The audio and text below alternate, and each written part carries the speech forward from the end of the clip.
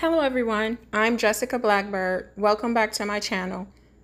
On this video, we will be discussing Miss Viola Davis and the revelation of what her brother did to her. A sit down with your mom when you was telling her, I guess when you when you was experiencing abuse, you told her for the first time about all the abuse you experienced.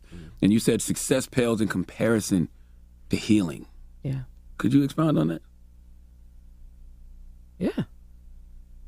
That, I think, the point in the book when I wrote that, and it took me a long time to write that part, is I mentioned that, I'm living in this big house. I'm definitely living the American dream or whatever.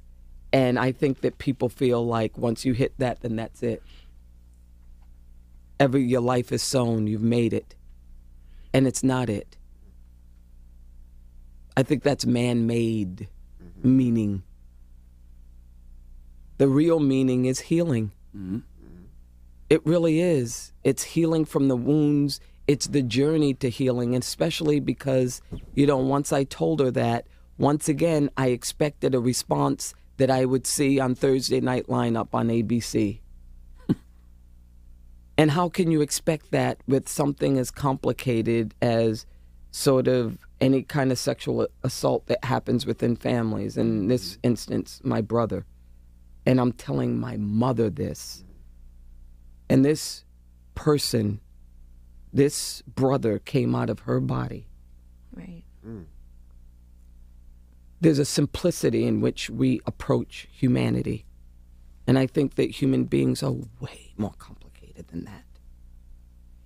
So, the path to healing is difficult.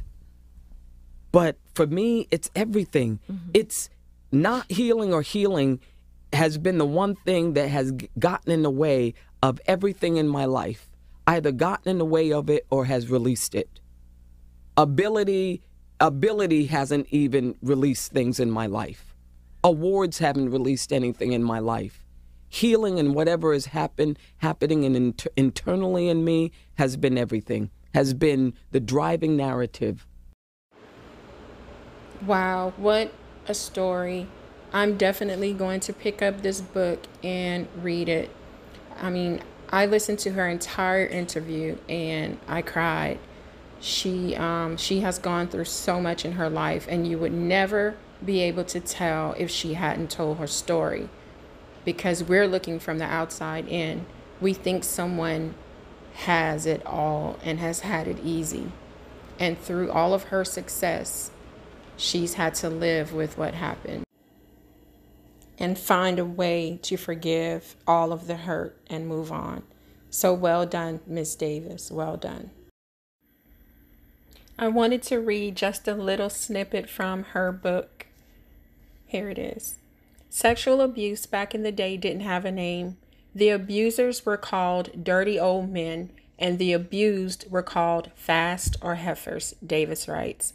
A concise summation of the victim blaming and shaming that still occurs today. It was shrouded in silence and invisible trauma and shame. It is hard to process how pervasive it was. What made us sitting ducks was our lack of supervision and lack of knowledge. It was a different time. She goes on to recount being left alone with her older 3 sisters, Dolores, Anita, and Diane, and their brother in the family's apartment where sexual curiosity would cross the line. He would chase us, we would lose, and eventually other inappropriate behavior occurred that had a profound effect. I compartmentalized much of this at the time, she writes. I stored it in a place in my psyche that felt safely hidden. By hiding it, I could actually pretend it didn't happen, but it did. Once again, more secrets, layers upon layers of deep, dark ones, trauma, shit, piss, and mortar mixed with memories that have been filtered, edited for survival, and entangled with generational secrets. Somewhere buried underneath all that waste lives me, the me fighting to breathe, the me wanting so badly to feel alive. When I look back at what I've seen, my only thoughts are that it's amazing how much a human body can endure, she adds.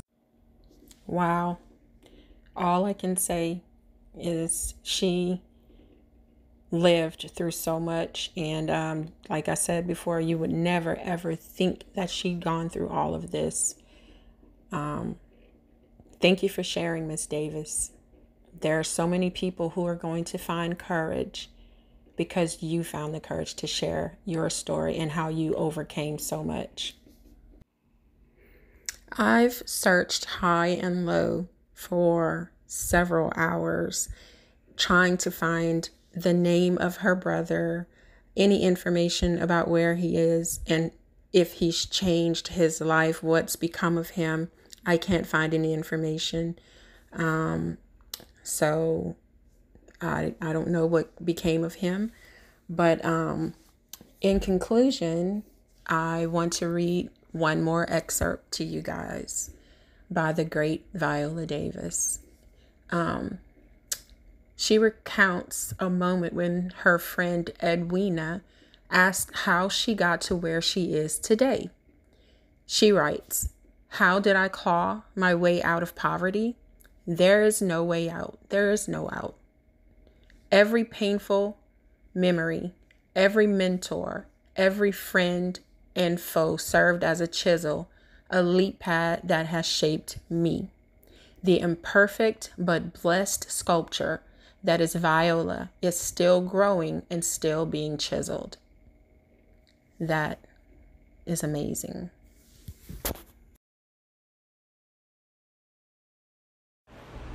You guys, please like, share, and subscribe. Thank you.